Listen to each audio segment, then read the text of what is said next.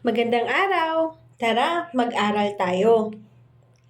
Ang ruler ay isang tuwid at patag na kasangkapan na ginagamit upang sukatin ang haba o distansya at upang makaguhit ng tuwid na linya. Karaniwan itong gawa sa plastik, kahoy, o metal at may mga marka na sukat na naka-engrave o naka-print dito.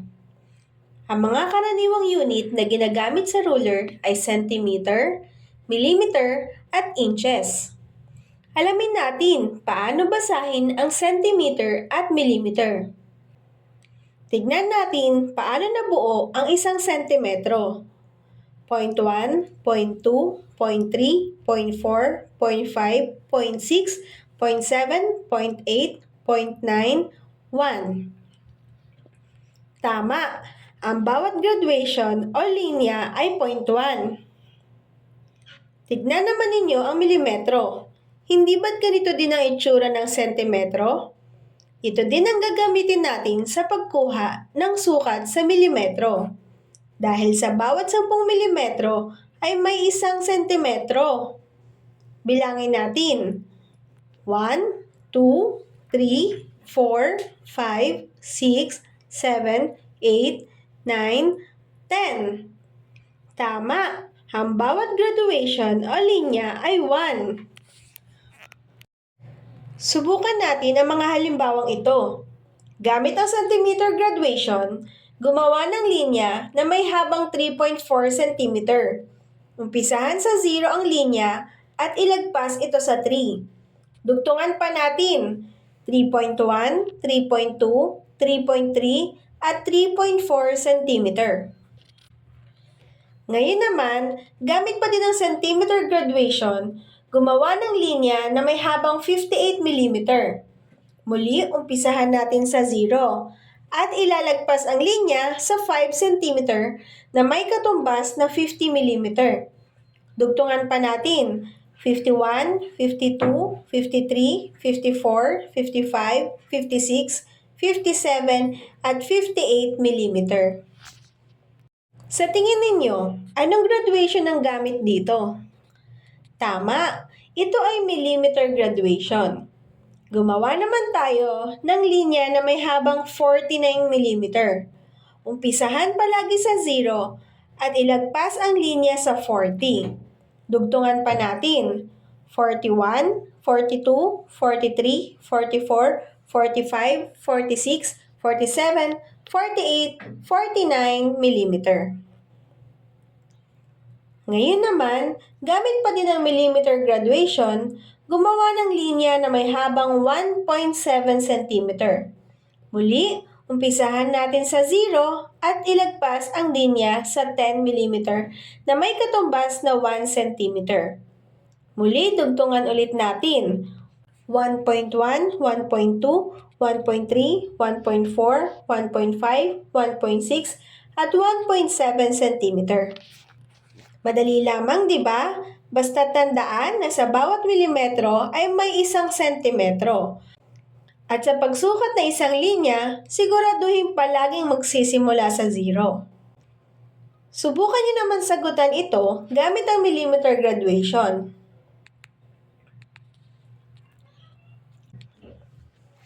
Tama! Lalagpas sa 60 na may katumbas na 6, 6.1, 6.2 at 6.3 cm. Isa pa nga po.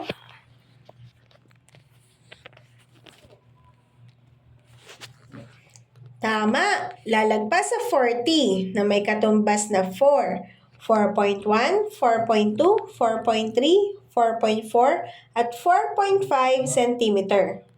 Mahusay! Huli na ito para sa millimeter graduation.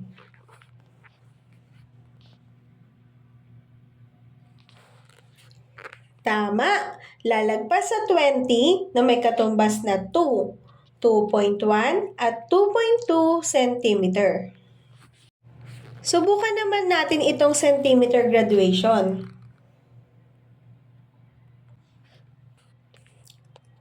Tama! Lalagpas sa 7 na may katumbas na 70, 71 at 72 mm. Ito kaya?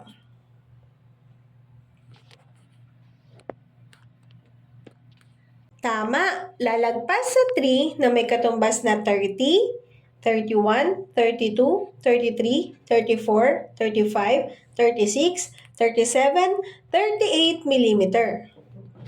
Huli na ito para sa centimeter graduation.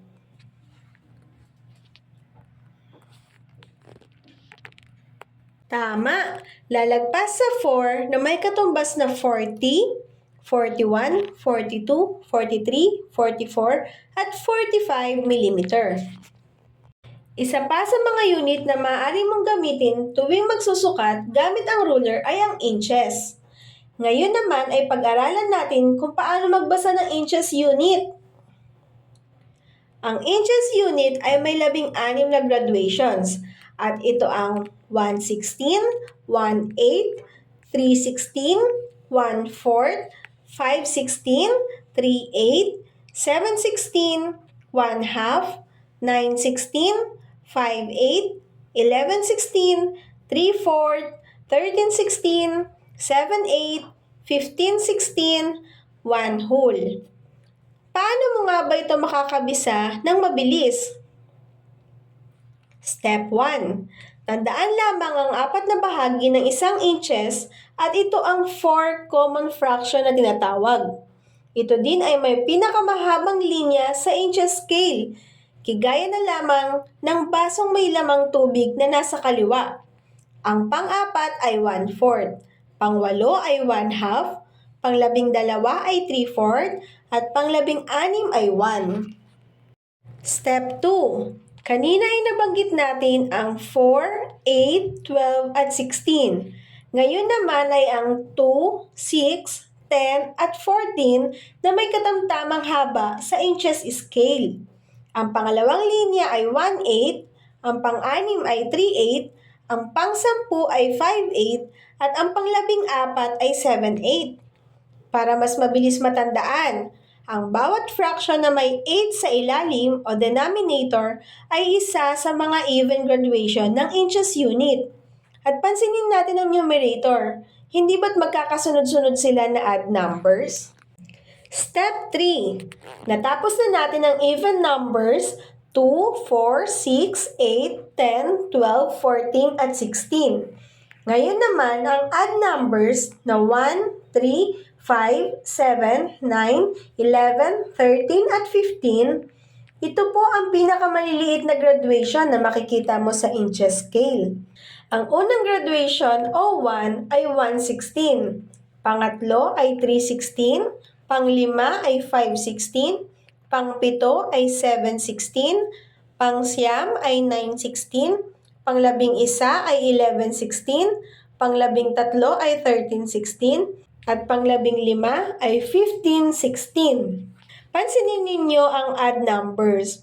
Hindi ba't ang lahat ng nasa ilalim ng fraction o denominator ay 16 at ang nasa ibabaw naman ay magkakasunod-sunod na odd numbers? Basahin natin ang bawat graduation ng 1 inches scale base sa mga hakbang na ibinigay. Step 1, common fraction. 1/4, 1/2, 3/4, at 1. Step 2, even numbers. 1/8, 3/8, 5/8, at 7/8. Step 3, add numbers.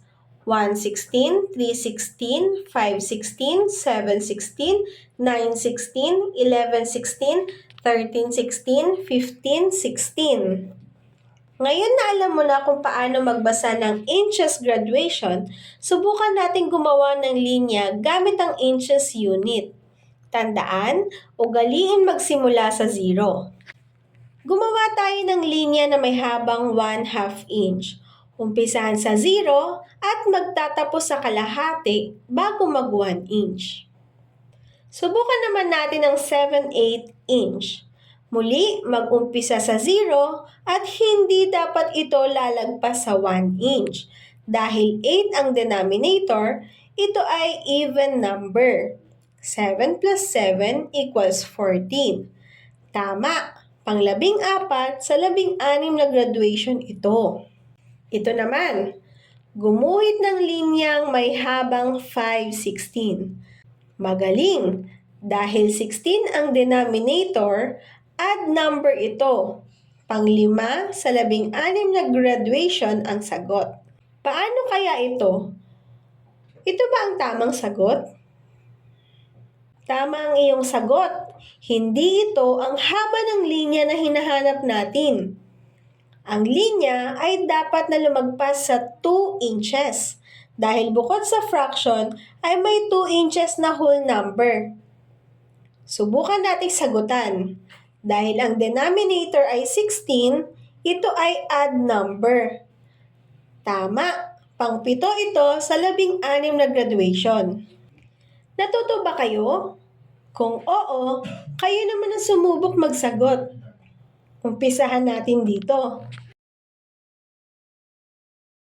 Tama, common fraction ito at isa sa mga malalaking linya. Pang-12 sa 16 na graduation. Ito naman. Mahusay! Lumagpas na sa 3 inches at may pasobra pang 5/8. Dahil 8 ang denominator, ito ay even number. 5 naman ang numerator kung kaya't pangatlo ito sa mga linyang may katamtamang haba. Huli na ito Sigurado nakinig ka nga.